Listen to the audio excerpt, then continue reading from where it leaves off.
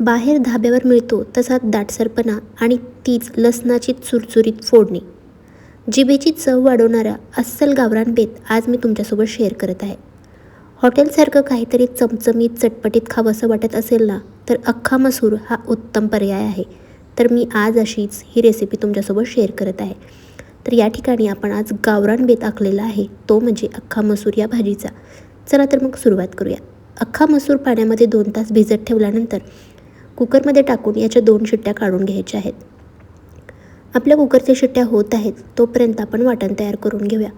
एक मोठा कांदा उभा चिरून तेल न टाकता कढईमध्ये खरपूस असा भाजून घ्यायचा आहे. त्यानंतर यामध्येच आपल्याला 2 चमचे सुकं खोबरं, 1 चमचा धना आणि 1 चमचा जिरा याला देखील छान खरपूस असं भाजून घ्यायचं आहे.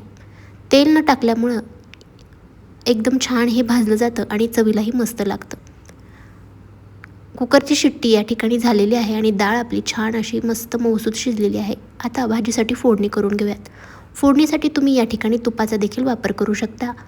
मी इथं तेल वापरलेलं आहे. 2 ते 3 चमचे आपण तेल टाकलेलं आहे आणि त्यामध्येच आपल्याला मस्त असं बारीक केलेलं लसूण, अद्रक आणि 1 हिरवी मिरचीचा ठेचा टाकायचा आहे.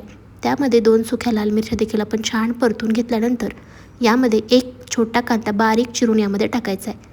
यालाही तेलावरती चांगलं परतून घेतल्यानंतर तयार केलेलं वाटण यामध्ये टाकून घेऊयात. यासोबतच सुखे लाल मसाले देखील टाकायचे आहेत. तर सुखे लाल मसाल्यामध्ये लाल तिखट, कांदा लसूण मसाला, हळद आणि चवीनुसार मीठही टाकायचं आहे. हे टाकतानाचा व्हिडिओ माझ्याकडून स्किप झाला होता, त्यामुळे तुम्ही आवर्जून ह्या गोष्टी यामध्ये टाका आणि चांगलं तेल सुटेपर्यंत याला परतून घ्या. त्यानंतर अख्खा मसूर पाण्यासहित यामध्ये टाकायचं आहे. पाणी थोडं कमी पडलं तर या ठिकाणी थोडंसं गरम पाणी ॲड करायचं आहे. आता तुम्हाला अख्खा मसूर किती पातळ किंवा घट्ट हवे यानुसार पाणी ठेवून 5 ते 6 मिनटं आपण याला छान असं उकळून घेतल्यानंतर यामध्ये थोडीशी कोथिंबीर, कसुरी मेथी आणि 2 चमचे घरची साय टाकायची आहे. वरून थोडंसं यामध्ये आपण बटर देखील टाकलेलं आहे. सगळं साहित्य व्यवस्थित मिक्स करून घ्यायचं आहे.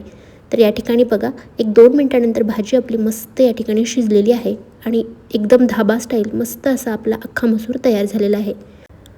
तुम्ही देखील घरी असा अस्सल गावरान बेत एकदा नक्की करून पहा. तुम्हाला देखील खूप आवडेल. शिवाय घरचे देखील बोट चाखीतच तुमची तारीफ करतील. तर आजची रेसिपी तुम्हाला कशी वाटली? हे आवडली असेल तर व्हिडिओला एक लाईक नक्की करा आणि स्वाद आपल्या मराठी चॅनलला देखील सबस्क्राईब करा.